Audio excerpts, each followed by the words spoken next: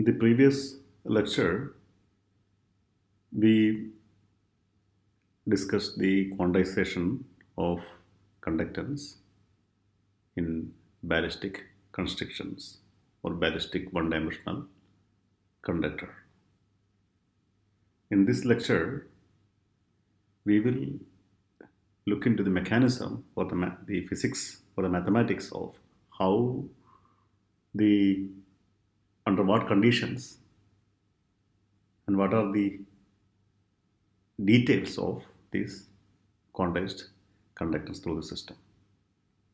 Okay. So we will discuss the mathematical formalism, which is called the Landover-Critical formalism. We'll look into how to get the current from the transmission, and eventually the quantization of conductance in these systems. And we also will discuss a close connection between the quantization of conductance in the constriction and also that of the quantum Hall effect that we discussed in the previous module, one of the previous modules. Okay. Now,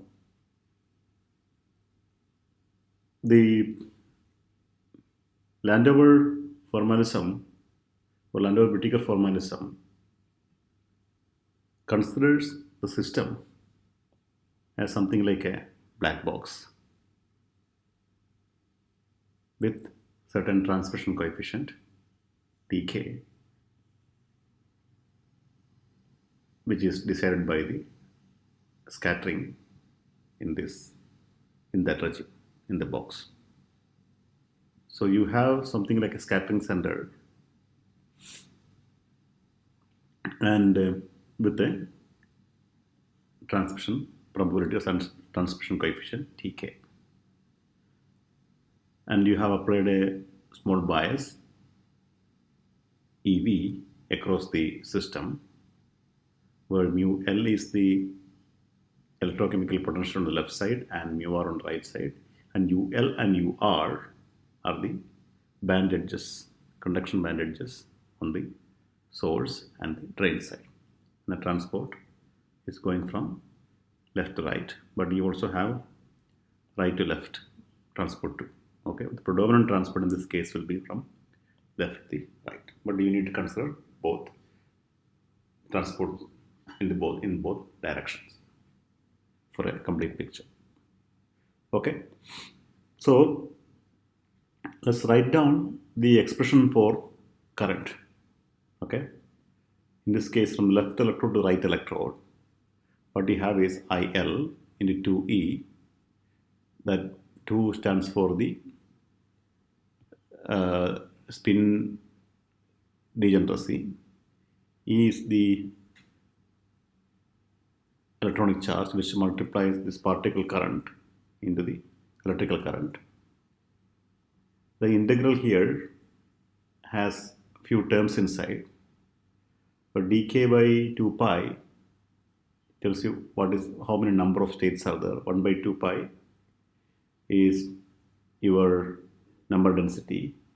Okay, in this dk window, how many states are there? Vk is the group velocity for the state k. Tk is the transmission for the state k, transmission coefficient for the state k, and F is the Fermi function for the left electrode. So what is the occupation of the state? What is the number density? How many states are there in the channel, and what velocity these states move, and what is the transmission coefficient for these states? So it is integrated over all the positive values of k, because it's a one-dimensional transport and we are considering from left to the right. Okay, when you consider right left, you have to consider all the negative values, or you put a negative sign. Okay, that's what this formalism is. Now, so far what we have discussed is in the k space, but energy space is what we always work. because voltage is a scaled form of energy. If you multiply voltage electrical charge, electronic charge, then you will get energy. So energy is what we actually we vary in the transport. Okay. So the dk integral over dk, we need to convert an integral over dE, energy. Okay. So dk by d into dE, but dk by dE is basically 1 by h bar into v. V is the group velocity by this formula. Okay, h bar divided by dE by dk is the group velocity. So let's substitute that here. So dk is 1 by h bar v into dE. So this expression for the current from left to right, eventually you will get 2e by h integral ul in infinity, where ul is the conduction band, okay, bottom, because that is where the energy starts from, okay. Because you don't need to consider the whole 0 to infinity here, because the energy available, starting energy is ul to infinity. When you consider this side, it will be ur to infinity, okay. ul to infinity, then Rho function, then transmission probability for the state, then energy E, integral over dE. That's what you're going to get. This is the current from left to right. But there is a very interesting situation here, which happens only in this one-dimensional situation. Because you had a term here, in the case space, a group velocity term, and you also have a term which says what is the number density. Okay, you had two terms there. Okay, or the density of states. Both of them actually disappeared now when you took the integral, when you rewrote the integral in the energy space, because the group velocity vanished from the expression for current or conductance. That's what happened. That the reason is the one-dimensional density of states and the group velocity. In 1D, the density of states and the group velocity cancel each other, because group velocity V and density of state also has a and this the integral over E actually has a new term. I mean, that is the density of states. Okay, it also has a V term, that is the density of state. So you can conceptually, what you can think is the states at higher energy moves faster, because velocity is proportional to the square root of energy. Okay, because we are considering these are free particles, free electrons. Of course, they are confined also, but the wave is a plane wave. Okay, so the velocity is proportional to square root of E, and density of states is proportional to 1 by square root of E, because dE by dk is going to give you 1 by square root of E. Okay, so that is the cancellation happening here. The velocity of state and the density of state are kind of inversely proportional. So what you can say that, but still the expression is same, because when you have higher velocity, the states move faster, but there are less number of states. At lower velocity, there are more number of states, so both of them carry the same number of electrons, or the current would be same. We have more states but less velocity. You have higher velocity states, but they are less in number. Okay, so these two terms effectively cancel each other, so that the eventual expression for current will not have a velocity dependence and also density of state dependence. That's what we are seeing here. All the states carry the similar same current. I mean, contributes similar. That is what we are seeing. So similarly, the current from right to left is the integral over UR to infinity. Similar format, but you can see a negative sign because those are left propagating states. Okay, current from right to left and current from left to right. So that's what we have now. These are the expressions for the two contributions to the current. Now the total current is the sum of these two terms, and the integral for the left to right starts from UL and right to left starts from UR. But remember, if you look at this energy diagram across the device, this states, okay, in this energy window doesn't contribute anything because there are no corresponding states available here. Okay, so you don't need to worry about integrating the right hand side in this range UR. You can start integral for the right hand side also from UL because there are no states here to propagate.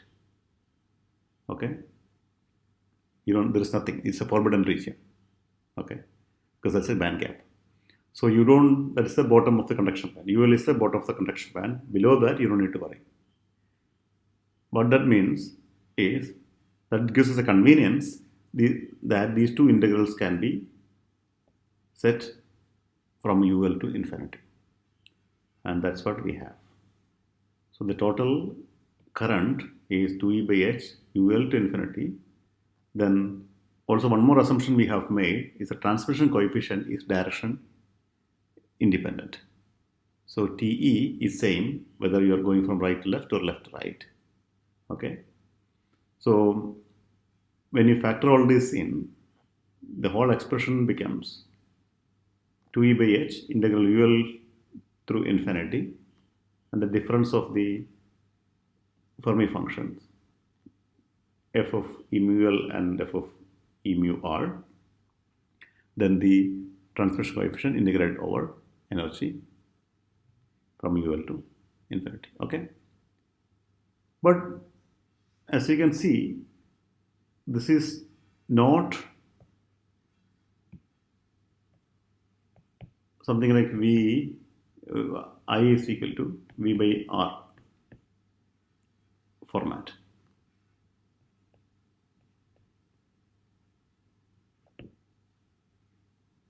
And this is not Ohm's law. Okay. All we can say is I is equal to 0 when V is equal to 0. Because when V is equal to 0, mu L is equal to mu R. And this difference of these two Fermi function will go to 0. So the whole integral will be 0. So that's the only thing we can say. But definitely this is not going to give you, this is not Ohm's law. This is not in the form where you can directly get Ohm's law from this. Okay. The transport is actually different when you treat this way. Okay. Now, let us now look at the transport from this framework for different regimes, okay, for different cases.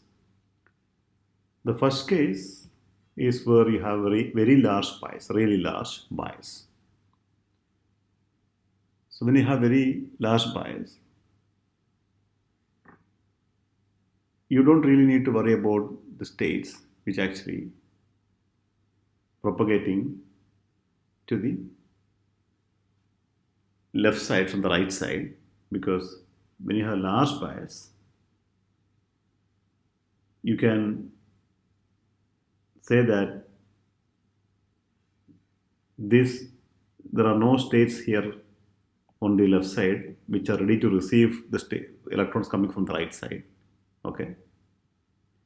What that means is, because there are two reasons. Number one, there are no states here. Secondly, most of the states are actually full because this is the bottom of the conduction band and the filling starts at the bottom. So the bottom side of the conduction belt is already full. So there are no vacant states here to receive the electrons from this side. So what I'm saying here is you can ignore the contribution from the right side and you can say total current is only that which goes to the left. I equal to IL. IL is the current which is going to the left. That is fine. Okay. Now when you have small bias, okay, then the Fermi function can be expanded to the lowest order.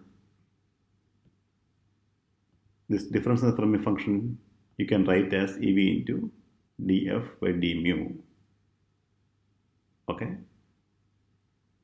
which is minus EV into dF E mu by dE, okay, when you convert this mu into the voltage scale, in the energy scale, okay, so then you'll accumulate this minus sign, okay.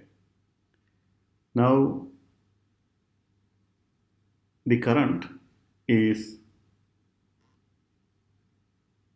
2E square V by H, okay, because you have 2E from here, from the original expression you have 2E, then you have E, another E coming from here, okay. So what you're going to have is 2E square V by H into integral UL over infinity dF by dE mu by dE, that comes from here, okay, and T is the transmission probability, okay, or transmittivity. Then the whole integral runs from UL to infinity dE, okay. Now what you can say is in this limit the current I is proportional to V. Rest of things are independent of V, so I is proportional to V, okay. That is Ohm's law. So in really small bias range where you can expand the Fermi function like this, in that limit the Ohm's law is going to hold in this situation, okay, because the conduction in that regime is proportional to the applied voltage, because the rest of the things are actually independent of voltage, okay. So in that limit Ohm's law is going to hold.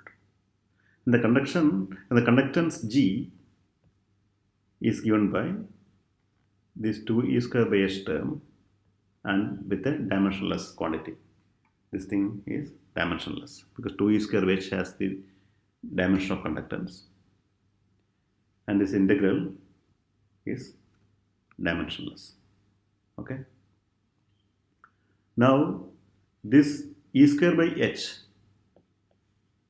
is the quantum limit of conductance, and 2 here, as we mentioned in the beginning, it represents the spin degeneracy because there are 2 spin channels, okay. Now let's consider the next case where the system is at low temperature, okay, or what is the low temperature transport look like? How does the low temperature transport look like? Now in the low temperature you don't have the Fermi distribution. In this previous case you have something like a Fermi distribution you can consider on the lead, but that is what I have tried here to represent by changing the color. Now here it is a step function, it's a clear step function, okay. at low temperature. There is not much broadening. Okay. What that means is there are all the states until mu L is full, or there are no states on the left side vacant because it's a step function, and all the states below mu L is full. They are not ready to receive any electrons on the right side. All the states above mu L is empty. Similar case for the right electrode also. What that means is you need to consider only the current which is contributed in this window, only from here, the electron going from here to here. That means I is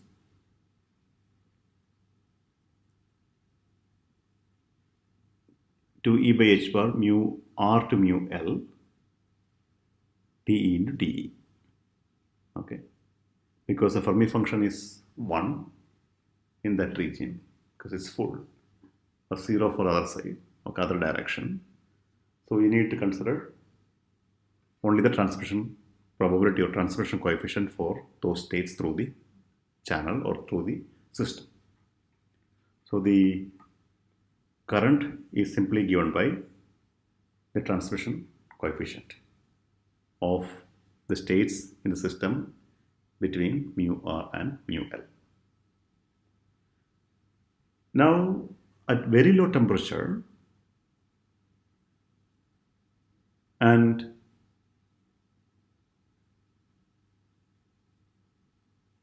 very low energy window, because at low temperature the Fermi function is very sharp, okay, and compared to any other feature, okay. So the states are there available only in a very thin window, okay. So dF by dE, the derivative Fermi function, is a step function because Fermi function is the sharp step. Sharp, it's a very clear sharp step function. So the derivative will be a delta function, delta of E minus mu. Okay. What that means is transport is going to take place only at the Fermi surface. Substituting this in this equation, which is what we have derived here, okay, you get 2e square by h bar UL in infinity, this function, but this function is now a delta function which has value only at mu. So this is going to reduce to 2e by T mu, but T mu is the transmission coefficient for that particular, or transmission coefficient at mu, okay. And for ballistic transport, as we have seen for the quantum point contact or atomic point contact, each of these channels are reflectionless. There are no scattering inside the channel or inside a device. That means the transmission coefficient is 1 for every channel. Every channel is fully transmitting. There is no reflection from that channel. What that means is all the channel got the same conductance, because conductance depends only on the transmission. It does not depend on the dimension or any other parameter. It doesn't look at how long the channel, how wide the channel, nothing. It actually looks at what is the transmission coefficient for the channel and how many channels are there. This is the total transmission coefficient for the device and multiplied by the conductance quantum, okay, and 2 is for the spin degeneracy here, okay. Now in this context, let us revisit the quantum point contact and also see how does that compare with the quantum Hall effect, because there also you have conductance quantization, here also you have conductance quantization. Here you have conductance quantization as a function of magnetic field, here you got that as a gate voltage, okay, and they both give you the same quantization, but how they are related. Okay. Now that's what we are going to address. Now you have the formula for conductance here, which is 2e square by h into the transmission coefficient. Again, we are considering the transport of very low temperature, okay, in the ballistic reflectionless regime, where T is equal to 1 for every channel. And there are no mixing between the channel. You also have to consider that part here. I want to mention that these channels are, in this case, these are the eigenstates for the harmonic oscillator potential, parabolic potential. They are Hermitian. In this case, again, they are the eigenstates for harmonic oscillator potential. Here also we have considered they are parabolic potential or simple harmonic motion. Okay. What that means? There are no mixing. That means every channel it goes through and it doesn't reflect or it doesn't scatter to another channel. Okay. Yes, there is a streamlined flow of electron through each of these channels. Okay. And transmission is 1 for each of the channels. So now, when we vary gate voltage, you are reducing the number of channels, or you are changing the number of channels one by one, and you get a step in the conductance 2e square by h. And if you have done this with the magnetic field, you will get E square by h. Okay, so the conductivity Eg is E square by h into n, where n is the number of channels. Here, this is a representative plot for quantum Hall effect, where you are plotting the Rx, the Hall resistance rho xy, which is also showing similar behavior, a step-like behavior in h by e square. If you plot conductance, you will get something similar to this in this case. But here, this is a plot of the resistivity, or rho xy. But here, every step is quantized. The resistance is quantized as h by e square into 1 by n, or the conductance is quantized e square by h into n. If you just invert this, you will get this. Okay. So here what happens is, when you vary the field, you are reducing the number of edge states one by one, but these edge states are perfect one-dimensional channels. They are actually a lot more perfect one-dimensional channels than the one-dimensional channels given by the quantum point contact. The reason is, in quantum Hall effect, you don't have any backscattering, because backscattering is forbidden, even though you have minor impurities or defects in the system. But still, the electrons cannot backscatter. These edges cannot backscatter because the magnetic field has broken the time reversal symmetry. If there's a backscattering that has happened on the other edge, this is forward moving, this edge will be reversible. Backscattered electron need to go to this channel, but this channel is too far because the bulk is insulating, so these electrons cannot backscatter in the quantum Hall regime. That is why if you look at the quantum Hall, it's going to give you a lot more perfect step-like feature, step structure for conductance compared to a quantum point contact. The quantum point contact, the system is small, it's a microscopic system, where quantum Hall effect is a macroscopic system. But still, the condensation comes because of the microscopic edge channels. These edge channels are similar to of the size of the magnetic length, LB, which if you refer back the quantum Hall lecture. There we have defined that. So these edge states are separated by length LB. That is a microscopic length scale. But the system as a whole is macroscopic. But here the system itself is microscopic. So you can still expect some minor scattering from the potential edges or sharp potential coming, teething potential from the gates or impurities around. That can actually contribute backscattering, some amount of backscattering, which is responsible for, some of which is responsible for not having the steps exactly at E square by H as you change the gate voltage. Okay.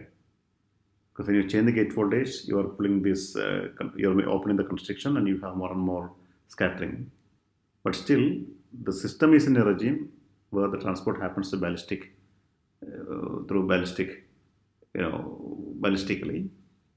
But you can still expect some amount of scattering. That is what is causing these steps to be not as perfect as that in the quantum Hall system. That is exactly the reason the quantum Hall effect is used for resistance standardization, not the quantum point contact. Though quantum point contact is much easier to realize compared to quantum Hall effect, which also requires really high magnetic field. But here, the quantization is not as perfect as that of the quantum Hall effect. Okay. And secondly, since even though there are scattering centers inside the sample, in the sample for a quantum Hall system, but the magnetic field, the quantizing field, forbids any kind of backscattering. So the quantization is a lot more stronger, and you really don't require as perfect a sample as that for a QPC to see the quantization, because the scattering, the backscattering due to the impurities will be taken care by the time reversal asymmetry of the magnetic field. Okay. So these are important conclusions and important points when you look at, one would like to make when you look at these two systems. Both exhibit quantization in transport, quantization conductance or quantization resistance, but they are completely different physics to it, or completely different mechanism to it. Physics is same, the equations are same, completely different mechanism. In one case you have propagating chiral edge state, in other case you have streamlined flow of electrons through the constriction. All right.